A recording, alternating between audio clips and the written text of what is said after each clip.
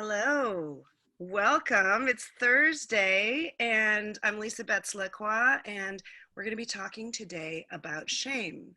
This conversation came up completely impromptu yesterday by way of a Facebook conversation that I was having, and Nicole Patrice, the member, suggested these people who are here with us today to talk about shame. And so we're going to just have an impromptu conversation about shame. Thank you so much for our participants who are joining us. We're going to leave you on mute for now. You can ask questions if you want. Put up your hand. We'll see where it goes. We're just kind of winging it and playing it by ear. So I'm Lisa Betts-Lacroix. I'm an actor, dancer, podcast host of the Superpower You podcast. And I'm going to introduce our panelists today who are going to do brief introductions, and then we'll jump into the topic at hand. So first, I would like to introduce Sonny Justice. And Sonny lives to pioneer and evolve the rules. Her life has been an action-packed ride from model to fashion mogul, business executive to conscious cult creator, art collector to author, and temple builder to meditation guide. Sonny, thank you so much for joining us. Thank you, Lisa. I'm so delighted to be here. Would you please talk a little bit about how shame's played a role in your life by way of introduction? I think shame really became the catalyst for my spiritual evolution. You know, growing up in a very, very strict Catholic family, there was lots of guilt and shame continually poured upon one. And after a certain period of time, you know, it just becomes too damn heavy. And so I think we have to dig those big holes, those big shame holes, and then crawl out of them. And that effort to crawl out actually becomes I would say, your ethical GPS.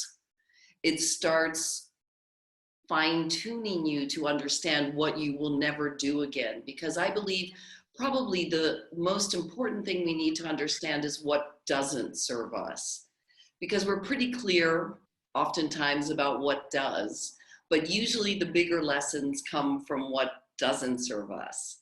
Right. And so that's how it's worked for me. I've dug plenty of those holes, jumped in, climbed out, and that's what set my ethical standards. So I'm so grateful for that shame. Great. And grateful to be shameless now. So our next panelist, David Savage, teaches empathy and emotional intelligence to companies, and he does intuitive readings in front of audiences as performance art, which is how I met you, David. Hi. Welcome. This is fun. I've been thinking about how shame played a role in my life, and I want to say, in all honesty, it hasn't been, unlike Sonny, it hasn't been central to my growth. And I sort of look at, I imagine these two parallel wounds that shape us. And one wound is the shame wound that says something's deeply wrong with me. And a lot of us have to outgrow that to find ourselves. And then there's this other wound, which we might call the narcissistic wound, which is what I had, which is something is deeply wrong with everyone else and the world outside. And so my personal healing has been more about making peace with what is outside of me than making peace with what is in me. What is in me, I've always had a sort of, I wouldn't go so far as called healthy, but accepting relationship of. And my work with shame is just, as I encounter it in people, working with people, it seems to be the most powerful defense people have to looking at themselves honestly. And so I am constantly in a dance with shame with clients and fellow humans to find ourselves. Beautiful, thank you. Josh is a lifelong explorer of the mind and spirit. He subjects himself to extreme experiences, cutting edge technologies, and esoteric techniques in pursuit of human potential and planetary repair. And his latest planetary intervention is makesoil.org. And I'll give everyone a chance to talk about where they're up to towards the end of the conversation. But welcome, Josh Witten. Hi, Lisa. Glad to be here. Yes. So what do you think about shame? Why is it something that has been on your mind? Well, it hasn't lately, but it was a central theme for a long time. When you invited me to this podcast, at first I was thinking, I'm not thinking about shame. And then I remembered the year or years that I lived with you. I think there were many mornings where I just burst into the kitchen and said, Lisa, it's shame. It's all about shame. You gotta let it go. So it was like with Sonny, it was a huge catalyst for my evolution, and had to do largely with a religious upbringing that meant well, but which thought that original sin and this kind of generally feeling a little bit bad about yourself all the time was a key part of the recipe. And then later on, as I was just examining behavior of mine in relationships, and eventually saying, I'd like to behave differently. Why do I respond this way?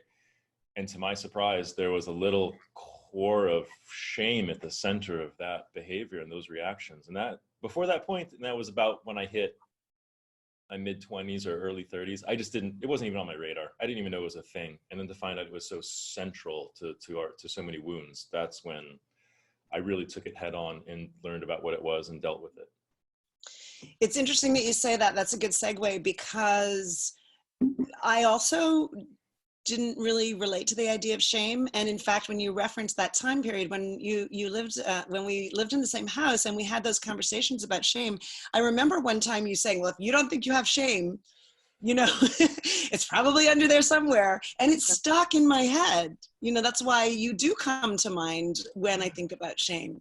And that's one of the things that I feel has been the most interesting thing and the most important thing for me, at least recently, about shame, is recognizing that it's all the places where it's silent and we don't know it. And I had this query for myself, like, where's it? I must have shame. I must have shame. And then more recently, I started to feel what you do, which is, wow, it's so central to so much that's wrong with the world and the way we judge each other, the way we feel judged, and how deep it goes into all those different ways. So, yeah.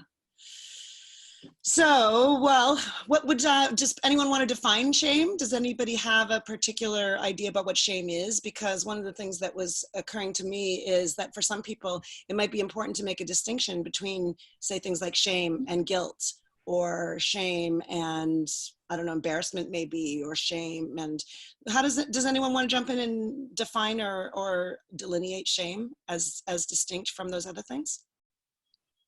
I'm happy to share my thoughts. Go for it, Sonny. To me, it feels like our life is a journey from our humanity to our divinity. And the whole process is just filled with stepping stones. And I continually find 3 stepping stones, or I won't say continually now, but I see that there's 3 stepping stones that are often present for many of us, and they're shame, regret, and guilt. And I believe that the journey of stepping through shame, stepping through regret and guilt allows us to face them, to name them, to look at them. And it's only through the facing them, naming them, and being consciously aware of how they feel in our body and what they're doing to our life and our relationships that allows them to morph. Because the beautiful part is all shame, regret, and guilt is morphed through forgiveness. They completely change. Like shame becomes surrender, regret becomes trust, guilt becomes gratitude. That's beautiful. Can I jump in to ask maybe someone else, or maybe if everyone else is stumped by this, does anyone else want to try to make a distinction and define the difference between shame, regret, and guilt? I'll feel around if you want. Go for it. Let's see if we can unpack that one. Shame, Shame is, I think of shame as a sense, a felt sense that something is fundamentally wrong with you. A felt sense that something is fundamentally wrong with you. And further, shame is an inhibiting factor to sharing something about yourself. So shame is a guard against bringing something forward about yourself. Guilt is a felt sense that you've done something wrong, but it doesn't necessarily have that same inhibiting factor. I think in the origin of the word shame, I read this somewhere quickly in the internet, so I can't tell you whether this is 100% true or not, but we'll see if it's useful. At the origin of the word shame is some ancient word for covering up. So fundamental to shame is cover up. And when I do readings with people and I tune into shame, what it feels like as I feel their shame is embodied in this look. I don't want to look and I don't want to be seen. That's what shame does to us. Hey, Josh, do you want to take on regret, or the difference between regret and guilt? Or do you want to just like jump in with your idea about shame? Yeah. Just quickly, shame versus guilt. Yes. So with shame, shame is, in a sense, it's kind of the worst or the lowest vibration we can carry, because it is a fundamental. It's a belief in our fundamental badness. And so guilt is kind of, I did something bad. That's okay, because you could apologize or not do it again. But when you are something bad, where do you go from there? There's nowhere lower to go from there. Yes. So shame, it's kind of in a sense, it is self-hatred. It's part of the self that looks at another part of the self and says, you're no good. And there's nowhere lower than that. And that's why we cover it up. And it's the last thing we want people to see. At the core of shame, there's something that we really don't want someone to ever see, because then they'll see we're bad. And then it's kind of, our annihilation is then deserved or something. It doesn't get any lower than that. That gets to my next query, which is, why is it so important? Why do we need to be talking about it? And I think you just basically answered to that. And that is, if we, at our essence, believe that there's something wrong with us or that we're bad, how is that not going to spill off to everything that we do in terms of how we relate to ourselves and how we relate to other people and how we show up in the world and how effective we are at our mission and our purposes, etc. So what were you going to add, David? Just to add to Josh's point, that there's something fundamentally social about shame. Shame is a deep fear that if who you were revealed, you would be ostracized or rejected. Thus, it is unsafe to reveal it. And I think I want to put in a word for shame, because we tend to badmouth it a lot. Is that it is an enforcement mechanism to a kind of social solidarity. Ooh, it's an ugly one. Can you just say a little more about that? Well, we're seeing shame used en masse right now. If you flout, is that how I say it right? If you are laissez-faire about social distancing, we shame people. And I don't particularly like that approach, but I can understand why it's out there.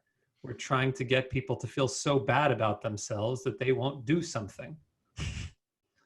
Right. So that's its intention. Yeah. It's not all bad. It's definitely effective. It's also poison to the human spirit. So they're both true. Yeah. Well, I mean, if you take it all the way, though, I mean, would we want to go so far as to say we wouldn't want child molesters to feel shame? Maybe we don't want child molesters to feel shame. Maybe we want such an open and loving and expansive world that a child molester who can't fix his or her desire to torture or hurt children, we don't want them to hate themselves. But I wouldn't certainly blame someone for arguing that a little bit of shame in their direction might save children. I think that that's a legitimate concern. That is, okay, you're bringing up something that I think is really interesting, and I'm going to throw it over to you, Sonny. And that is the social benefit of shame worth the cost to the human spirit and to our collective rising up, or is it a segue into it? What do you think, Sonny? Well, geez, that's a really loaded question. I mean, because again, it's almost like this crossover right there also between shame and guilt. I love the way you talked about that, Josh.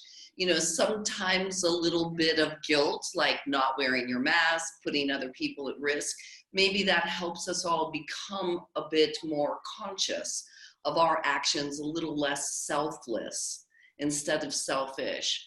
But, you know, I think collective shame is the downfall of the human spirit, because what is the opposite of shame? It's the surrender to the higher version of yourself, surrender to the letting go of, I'm not a bad person. It's like, I'll give this analogy. You know, I wrote a book, a memoir, and in my book I told every bad thing that I've ever done in my life without ever intending to publish the book.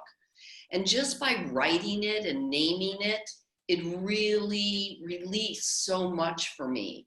And then mysteriously it got published. And the first day it came out, I was like, holy shit, I've just opened the kimono and exposed every bad thing I've done. I'm sure everyone's going to hate me and think the worst of me.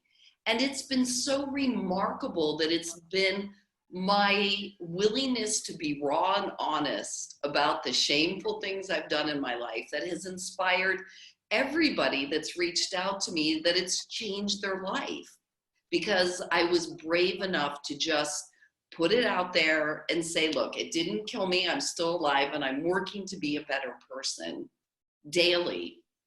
So, you know, I think that, you know, a little bit of guilt sometimes, particularly in situations like this, does help us become less selfish, more selfless.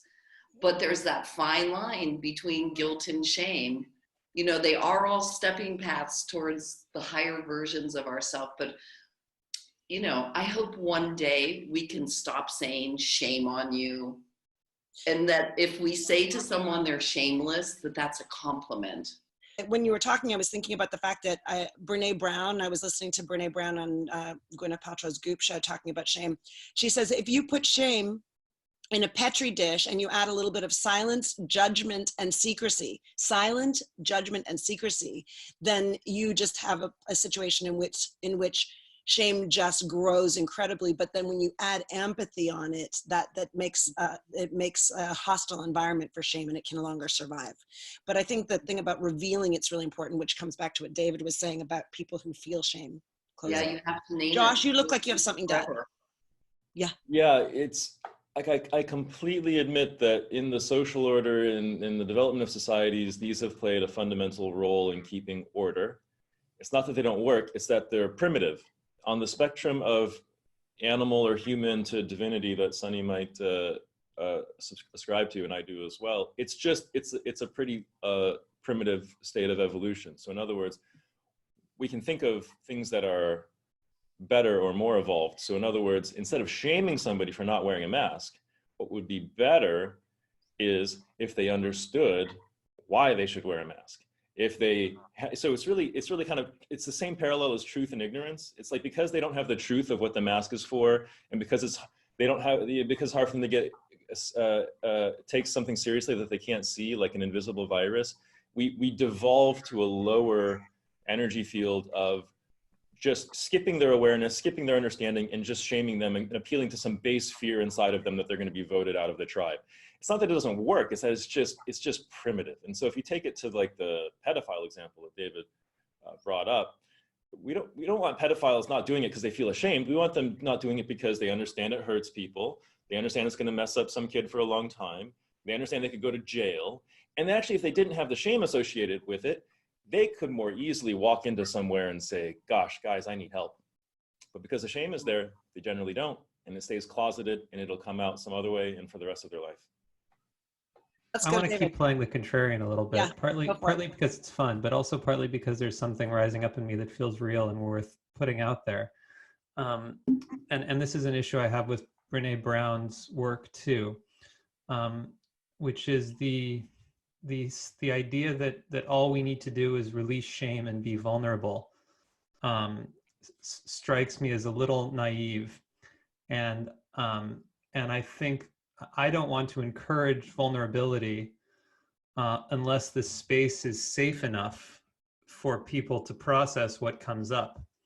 And so, as we make an enemy of shame and we tell people, work through your shame, they might find themselves in social situations where the thing they are ashamed about would only, if they were to share it, would only cause them to be shamed more and would retreat further. And so this for people who are really deeply in shame as a way of being, to be told, come on, let's find a way through the darkness into your divinity out of shame by merely revealing and being open about that which you are ashamed of, risks re-traumatizing them and bringing them back from the very state we're trying to get them to grow through. And so to me, it's like, it goes to your point, Josh, about like the issue isn't so much the individual feeling shame, it's a culture that makes it unsafe for people to be who they are. And so instead of pointing at shame, I'd rather look at the petri dish and bring more and more empathy, and like what you're saying, more and more empathy into different spaces. And as empathy comes, that which people are ashamed of can rise up to be healed. Yeah, great. I love that. I love that. And I do think there's something central to the creating a culture in which and creating spaces for empathy is the key thing, not necessarily the revealing. The revealing may be a pathway to the healing, but I think what you're saying, that the empathy, the compassion, self for self and other seems like the way to heal it, and all the ways that shame then spirals out and has negative impact in our culture. Yeah. And I don't want to just leave it at not seeing Sonny's work as amazing, because those people who do have the courage to go out there, they have the courage, they have the ability, if they can get to the other side, to hold themselves through that. And that's amazing. And if people can do it, that's amazing. But there are a lot of people who can't. And I want them to feel seen and held too. And I think we'll go to you next, Sonny, but I think it's important to put the context in that, like, even in Brene Brown's work, I don't think she's just that's her whole thing. I think she really is about holding the paradox, which I think is important, is that it's both and. I think there's space for it all to be true, where what you say is true. And Sonny, do you want to respond to add some more texture? Yeah, and I totally agree with the gentleman as well, and it is, of course, so personal for everyone. And the levels of shame are obviously very different for what everyone's gone through as well. And I also think, though, that, Josh, I totally agree with you that naming it within a safe place, for me, just writing it was the release. Again, I never expected that other people would read it when I did it. Somehow it was intended for it to come out, and it did. And if it's helping others, hallelujah. But it was terrifying when it came out. And I realized that probably many people would judge me, and some harshly, on it. And, but then again, it's, Lisa and I were talking earlier, we have 4 decades of people here. I'm in my 60s, 50s, 40s, 30s. Is that right? Is that right? Dave, you're in your 30s, right? Josh, you're in your 40s? Okay, good. I'm in my 60s. I got to live with it for a lot longer than you guys did. I carried that, I was a Sherpa for shame. And, just the weight of that for so many years. Maybe it's because you finally get to the point, at least in your 60s, you don't really give a damn what anybody else thinks at that point. So it really is, I think, totally related to where you are on your path and how safe it is. And I'm in agreement with all of it. But I do believe that whether it's shared in just on your own with yourself, because we're really the ones that we hide it from the most. We know it's there, but we do our best to hide it to everyone else.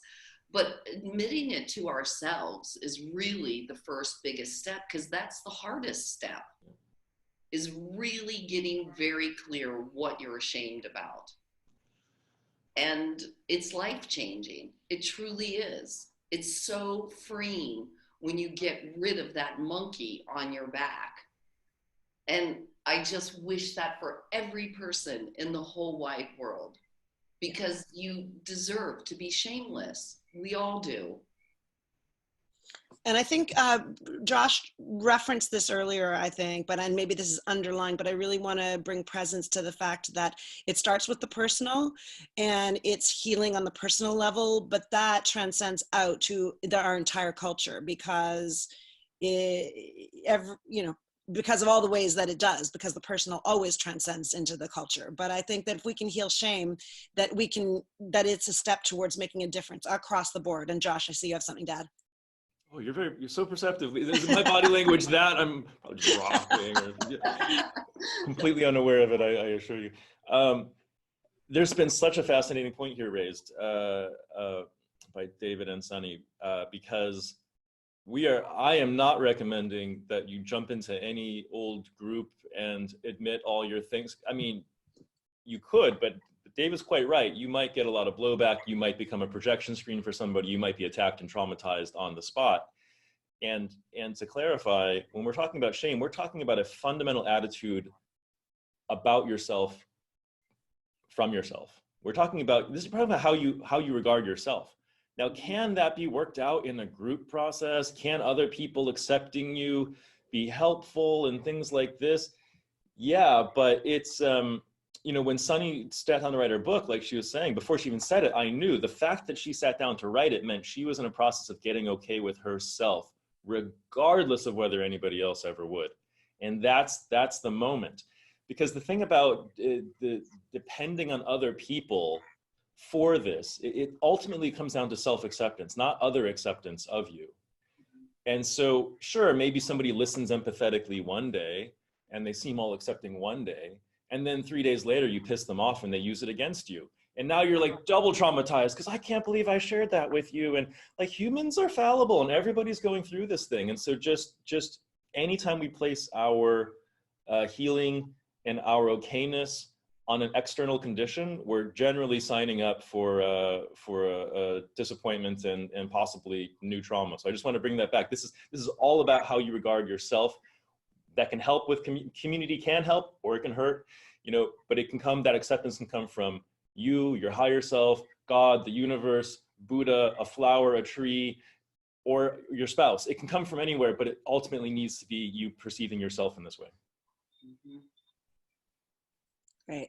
So you've already started to reference, someone made the reference of the mask, but I would want to throw out, why is it important for us to be talking about shame right now, and how does it impact where we are collectively, how we're responding to circumstances when we're in tough times now or otherwise? Like, what's the relevance of shame to our current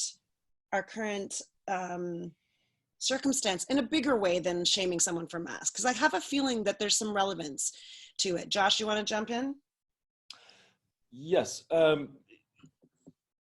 It's time for a massive global purge of this shame thing, because what we've never had before back in the village, 1,000 years ago, was the internet. And so watching people suddenly get on this moral grandstandings and calling people out, and there's a massive toxicity. You can get into toxic masculinity, toxic feminine, there's just toxicity, and it just kind of comes out differently depending on who we are in our circumstances. But it just, when you see things like, there's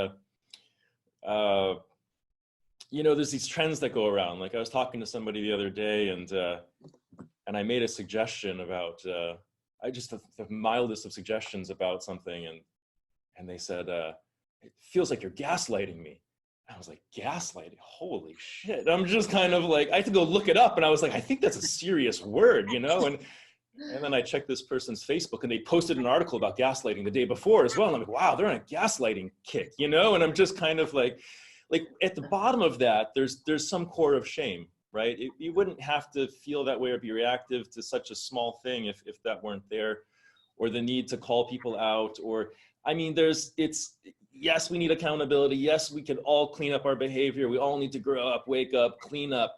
But to see just, you can feel it in the global culture. It's volatile. It can turn on a dime. It feels perpetually unsafe because the call out thing might just come right back on you on that Twitter feed any moment now. And so the whole humanity's nervous system is really on the edge with this thing. And wow, if you look at the opposite, like somebody like Jesus or whoever, which we don't know to what extent he was a real figure, but the essence of these people is that they found a way to complete and total self-acceptance, and that was the foundation of their enlightenment. Beautiful.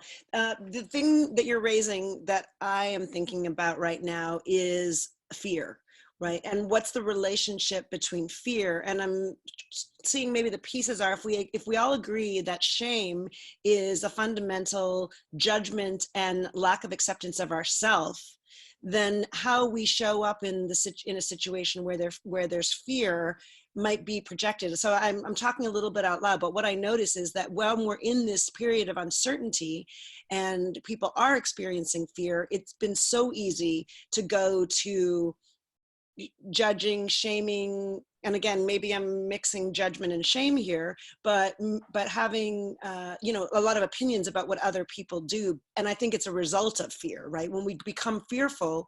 So I don't know. I guess my query then is, again, I'm going back to judgment versus shame, but kind of want to dig in a little more to this connection between fear and shame, and also reparation and shame. Because you just referenced that too, that sometimes shame gives us an opportunity to fix things, to repair things that maybe we've done in the past. I don't know, I think I might even still again be mixing shame and judgment and regret. So I think they're very interwoven. Yeah, Sonny, you want to jump in? I think that it's so core to our evolution at this moment for us to really get so simple and remember that there are really only two emotions, and there's love and there's fear. Everything stems, whether it's empathy, gratitude, kindness, compassion, they all come from love. Whether it's anger, judgment, shame, guilt, regret, it all comes from fear. So we basically got two emotions that we can choose from right now. And the collective consciousness, as it chooses fear, because we are all one, does just literally fray everyone's nervous system. So the only choice we have at this time is to keep choosing love. Love, love, love, love, more love. And because that's such an obscure word, and it means so many things to so many people, I think that maybe even the bigger question is, how do we release the fear? Because if we're releasing fear, we're releasing shame, we're releasing guilt, we're releasing all of that. And from my understanding and my viewpoint on life, there's only one solution to that, and it's forgiveness. It's forgiving ourselves, because once we we can't forgive anyone else fully until we've forgiven ourselves. So we forgive ourselves, and we forgive ourselves again and again and again until we actually believe it. Until that we have felt the shame just kind of dissolve and that heaviness in our heart is gone. Because when we can release, they say that all suffering, mental, physical, emotional, spiritual, sexual, financial, all suffering is caused by a lack of forgiveness. So if that's true, then the real work in everything we're doing is, I love you, I forgive you, please forgive me, let's forgive each other, let's forgive ourselves. And we say it over and over and over till it actually seeps in to our pores and our mind and our heart and becomes reality. And I know for me, it's worked. I've never felt calmer. I don't feel any fear whatsoever in this situation. And it's all because I've done tons of forgiveness work for myself, for others, for the world, for humanity, for the virus, for everything. So I think simplifying things and getting back to, you can choose love or fear, and everything stems from there. Fantastic. If anyone who is watching has a question that you want to throw out, just feel free to pop into the chat, and we can take it on. David, did you want to add anything? Did you want to go into this anywhere from here, or shall I pose a question that's a little bit of a segue to you? I'll tell you what was coming up was just me and Sonny sort of standing on opposite sides of a divide, but I want to like somehow find a way to put a rope between us so we can hold each other. I think we lost. Are you? I see everybody else moving, so I have a feeling we lost David at such a critical and beautiful point in time. I'm throwing you the rope. Ropes. I just ran to Home Depot to get a rope. It's okay. Oh my gosh, we have to hear that. Okay, so we're going to wait patiently. Hope that David's going to come back in to join us. And but Lisa, fear is closely related, because yeah, the ultimate fear is that we are bad. Right. If you did something bad, that's there's still a way out. You can never do it again. You fear of dying, yeah, but you're alive right now. But fear that but what if I just am bad and everybody finds out and there's nothing that can be done? It's the worst. It's the worst. So at the bottom, it's the worst fear. Yes. And that leads to projection. So we can either deal with it and forgive and do what Sonny is saying, or you can just very easily say, you're the problem. That's why I feel this way. And that's 9 out of 10 times the option that humanity goes for. It's simpler, right? It's easier in a certain way. Yeah, you don't have to risk exposing yourself and the shame and the fact that you think maybe there's some. It even does the judging and the projecting. It gives you a hit like cocaine or something, because you feel amazing about yourself. Not only are you diminishing them, but you're putting yourself on this pedestal. The problem is it's based on untruth, and so it's temporary and it's going to be fleeting, and the shame is still down there, and it's not going to work in the long run. But it's the short-term option that most of humanity goes for. Right. Now, Sonny, do you think there's any way that even without David articulating that bridge and that rope that he's hoping to connect as a tendril between the perspective that you're bringing to the conversation and the perspective he's bringing to the conversation, is there a way that you can? Do you see it? Do you see a potential bridge? I can't read his mind. I know. That's why that's why I'm hoping he's going to come back on. Oh, there he is. Yay. Okay, good. Yay. Okay. Sorry the rope, that. David. We're waiting to hear. Okay. How were things okay in my absence? Yes, yeah. We've just been discussing can we find the rope without you, but here you are. So. Okay. Okay. Well, thank you. Sorry about that. I don't know, internet. No problem. What I was saying was I like going down into the caves of dark emotions and really getting to know them really intimately with all of their edges and feeling into them. And there's something about going into the shame that I want to advocate for. And if you really feel in your heart of hearts that something's fundamentally wrong with you, I want to invite you into looking at what you believe is fundamentally wrong with yourself. And can you accept the degree to which, to use Josh's language, you hate yourself? Can you really get to know that? And I find that has been for me a really good first step toward healing and releasing, is actually embracing. Seems like there's a rope right there. I agree 100%, David. And maybe that wasn't even obvious, because that is the first step. You can't forgive that which you haven't faced, right? And so it is. It's like holding it like a baby, giving it all the love you can, because love is forgiveness. So whether you're cradling it in love or forgiving it, I believe in essence we're saying the same thing. I think we are, and I'm just saying I want to just keep. Some part of me rises up wanting to protect people who feel intimidated by the daunting task of loving themselves when they are so used to hating themselves.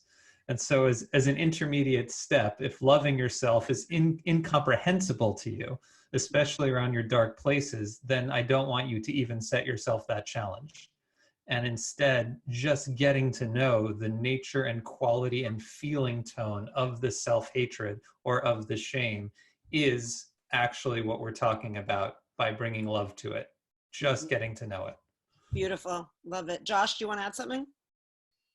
No, I mean, I didn't really see a divide to begin with. It seemed like they're talking about process, and nobody here is advocating that we just sweep things under the rug or don't go there, or because again, it's about self-acceptance. So if you say, "Oh, I don't accept this shame," then you can't even get out of the gates. So yeah. And I totally appreciate, David, you creating space and recognition and acknowledgement of the fact that for when you're in the dauntingness of the potential task, when someone is deep in it, I think that's a really, really important thing to presence. So Fritzy Horstman makes a comment that would be a really interesting thing to explore a little bit, that we were touching on, I think, before, and that is that shame is the most effective capitalistic tool. That's a big topic. Do we want to open that Pandora's box? David, do you want to say something? Yeah, I want to broaden it. First of all, I want to tout my anti-capitalist resume, which is I'm a fierce anti-capitalist, anarcho-socialist, and so I'm all the way with you. But I think that shame is used by every dominant power structure to make whoever is trying to revolt against it feel bad about themselves. And it's the same tool of the power structure now, saying you should be ashamed if you don't wear your mask. You must obey the rules, holds no matter what. Fritzy, do you want to respond? I've unmuted you. Oh, yeah. I work in the prison. I'm part of the Compassion Prison Project. And shame it's everywhere in the prison system. The guards are shaming, but they're also they have the shame. It's because when you give shame, you take the shame back. So, and we're in a cycle. It's a cycle of shame. And I also wanted to bring up David Hawkins, his power grid, and shame is the lowest frequency that we're in. And it's like our society is just encased in shame. You know, it's shameful to be anything that you are: white, black, purple, fat, thin, extraordinary, incapable, and especially poor. Poverty, being poor is such a shameful state. And you know, every homeless person I interact with, I tell them there is no shame. You know, there is no shame being homeless. This is just what's happening. And it's like, I have this mantra that there is no shame. And it's more of a kind of, like wearing those masks and pedophiles. I believe we need a level of shame. I agree that, you know, that's one of society's mechanisms of shame, to keep horrible things from happening. And people act out shameful things because of the deep shame they have. Absolutely. Thank you for that. Okay, thank you. Yeah. So I think you're getting at something that's really important, which is that piece that it's sort of like the hurt people thing, right? We cannot shame other people, feel shame, unless we've somehow been shamed or been around people. Like it's transferred in many different ways. So anyone want to respond to and deepen into that in any way? Just exactly what David was saying. It's more fundamental than capitalism. It's any dominant power structure. It was existent in the 30-person tribe that was run by a king. It was, you know, so it's, yeah, just to agree with what he was saying there. And the Hawkins scale was, in fact, Fritzy, what I was referring to when I said it's the lowest. And so you want to move out of that. Hawkins scale is great to look up, you know, so right above shame, I think, is guilt. So if you could eliminate all shame in your system and just merely feel guilty about your whole life, you would still you'd feel like 20% better. You'd be walking on sunshine the next day. But then if you could eliminate all guilt in your system and go up to merely anger, you would feel great the next day as well. And then after a couple years of that, if you got rid of all your anger and moved up to neutrality, you'd feel, so that's kind of what's beautiful about looking at that chart. It kind of shows you the progression from the human to the divine, to reuse Sonny's spectrum there. Great. So what haven't we talked about that we should be presencing before I give everyone a chance to talk about where people can follow them and share what they're up to in the world right now? What have we missed? I mean, not that we couldn't talk for another whole pile of hours, I know, but in terms of the fact we probably have 10 more minutes. I have a question that not an answer, just a question to the group, which is how in this moment of major transition do we imagine shame will shapeshift over the next 6 months or year or 2 years collectively? Or how would we like it to shift over the next year or 2 years or collectively? Sonny? I often realize that I am on the far end of the spectrum in my belief systems. But, I believe that this is a conscious awakening for humanity. We hear about moving from 3D to 5D. And,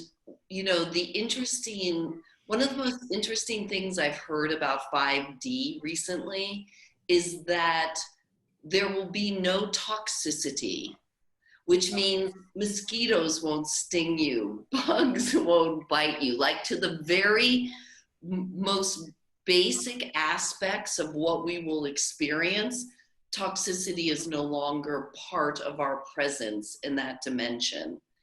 And so for me, the most exciting aspect of all of this is possibly at long last, we are being forced to wake up, to become more conscious, to raise our vibration. Because if we don't, we won't have the luxury of ascending with the planet, because our planet is ascending.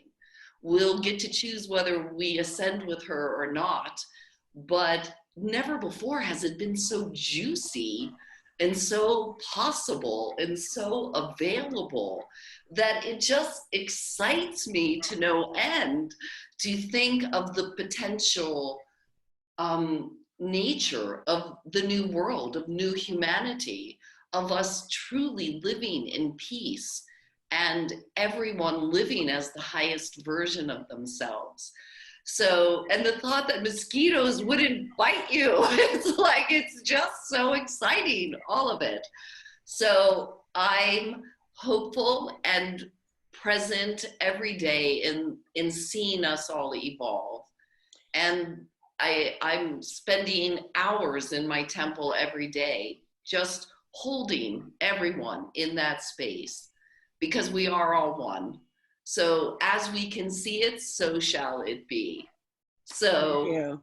Josh, how do you see the nature of shame changing over the next? What was the time frame you gave, David? 6 months? 6 months, whatever this transition moment that we're in. How does shame track that or not? It's, in a weird way, I think things are always getting better and worse at the same time. So it's, I see more shaming going on, especially with an election around the corner, and there's just endless reasons for people to shame each other right now, apparently. So it's kind of getting worse, and I also see people starting to barf it up and just say, this shaming thing we've been doing, this calling out, this toxicity, I'm starting to get tired of it. So I think collectively we're also getting tired of it.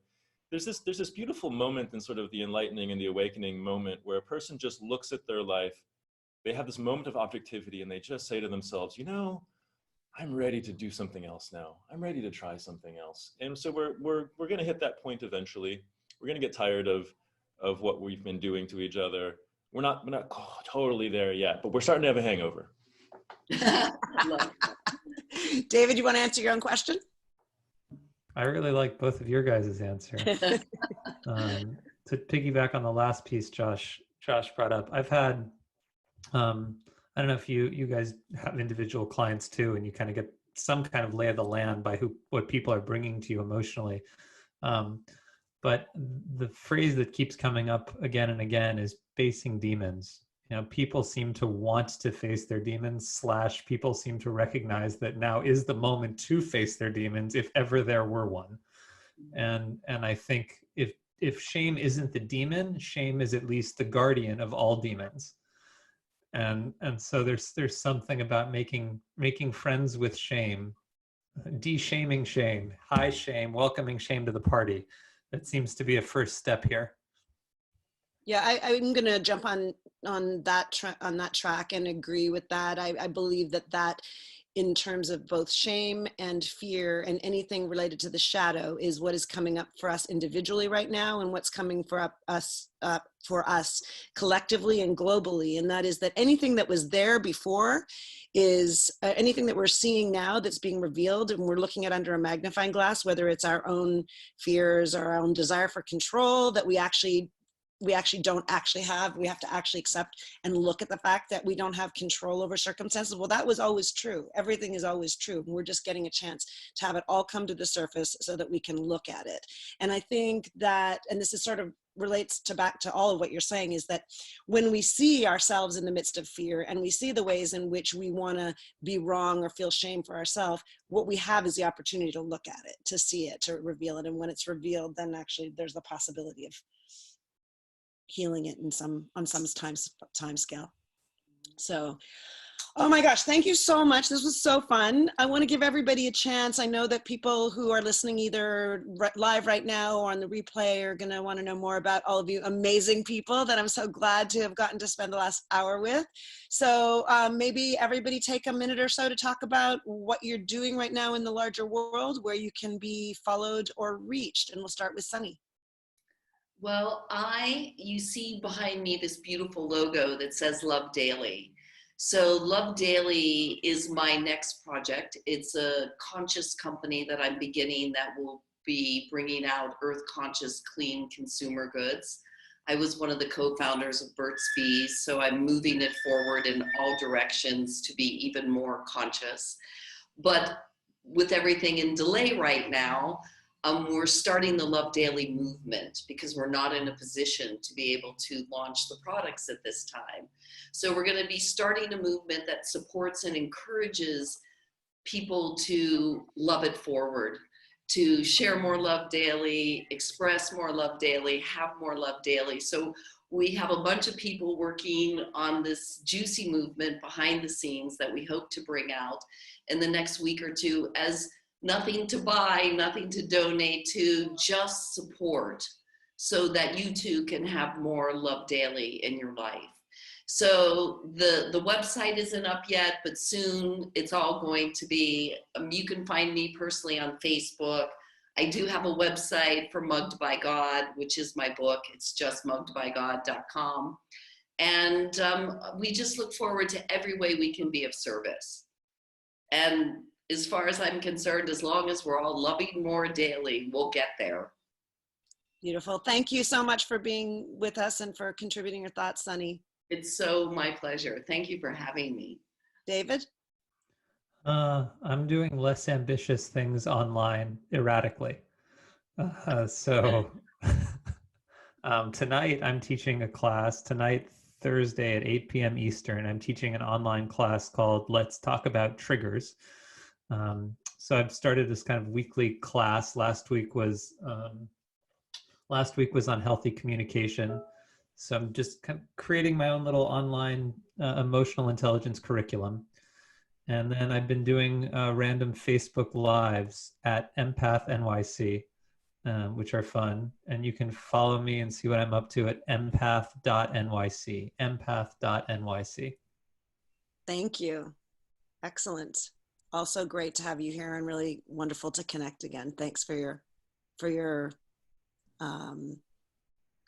bringing what actually shows up in every moment, which is always the case with you. So I appreciate that. Thank you. Thank you, Lisa. Yeah. Josh? So currently I'm helping run a global soil making movement called makesoil.org, where people are literally making soil together, new living earth together out of their food scraps. And you saw the journey I went through, Lisa, quite a bit of it. And so how do you end up helping people make dirt after all of this introspection into shame and divinity. And like, I just realized at some point that people need a unifying, grounding practice that is good for them, it's good for their families, it's good for the earth. And it really is a tool to help dissolve some of this shame. When people bring their food scraps and meat at a compost bin while they're dumping them, and it humanizes everybody. Oh, you remember, they eat food as well. It takes things for them to live. And oh, there's the planet that we can work on together, despite our political differences or whatever. We can all be more kind to the planet. So it's really just this kind of beautiful unifying act that addresses climate change, nutrients in the food system, community. It's kind of working at all levels. So check out makesoil.org. Very practical way to love yourself and the planet and your neighbors. So. Josh, before you finish, I'm so excited about your website. Oh, cool. Because I was looking at it yesterday, and we have 8 of us quarantined together here in Panama. And we were all deciding that we want to start planting food, but our big issue was the soil. So it was just divine intervention. Wonderful. That we were put together, and it was like, thank you, God. Just what I needed to know about was soil, and there you are. So thank you. Our mantra right now is make soil, grow food. And Sonny, if you guys get your community doing these 2 steps, we'd love to feature you on some social media and do a show with you. So it'd be wonderful. Cool. You're our inspiration. Well, you're our teacher. We're inspired, but we didn't know what to do. So thank you for teaching us. Happy to be in service. And the really amazing thing is that it's been so fun to watch Josh, because like Josh really, to go from very esoteric, ethereal, spiritually oriented, deep, esoteric work and in the world to really something so pragmatic. So that's really been beautiful and fun. And I'm also growing things now too. Yeah. When I saw you growing food on your patio furniture, I thought, wow, this is a milestone for humanity, because those houseplants weren't even getting watered when I was there, so way to go. Well, the thing that you struck that really hit me, and I'm going to share this in general with my social media, is, and you referenced this earlier, and so did David, is the idea of the nervous system. Is that the nervous system, how our nervous systems get shaken up when we see the potential of our food supply chain, that impacts us in so many ways. And that the corollary is true, is that when we grow food, it calms our nervous system. And that just hit me on so many levels. So I really appreciated that. So I'm Lisa Betts-Lacroix. My podcast is the Superpower You podcast, but the project I'm really most excited about right now is In Pursuit and Passion of the Wisdom of Aging. And I'm providing podcast style interviews with people's loved ones for the purpose of their families to have their stories for longevity. And I'm currently calling it Life Legacies. It's at lisabl.com/lifelegacies, where your family members, your aging parents or grandparents can have a podcast style interview, so you and your children's children can have it forever for posterity. I'm thinking about changing the name, but right now it's at lisabl.com/lifelegacies. So.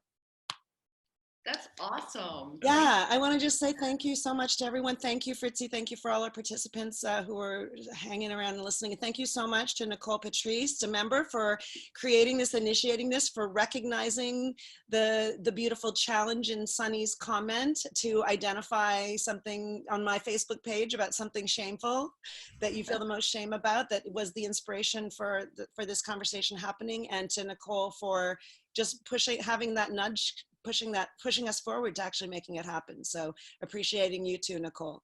So thanks, everyone. Thank you, Lisa. Love you all. Sonny, that is a great logo. You turned the word love into a yantra. It's quite nice. It's awesome, isn't it? Completely iconic, if I do say so myself. Welcome to say so yourself. Love it. All right, everybody, thanks again. Bye.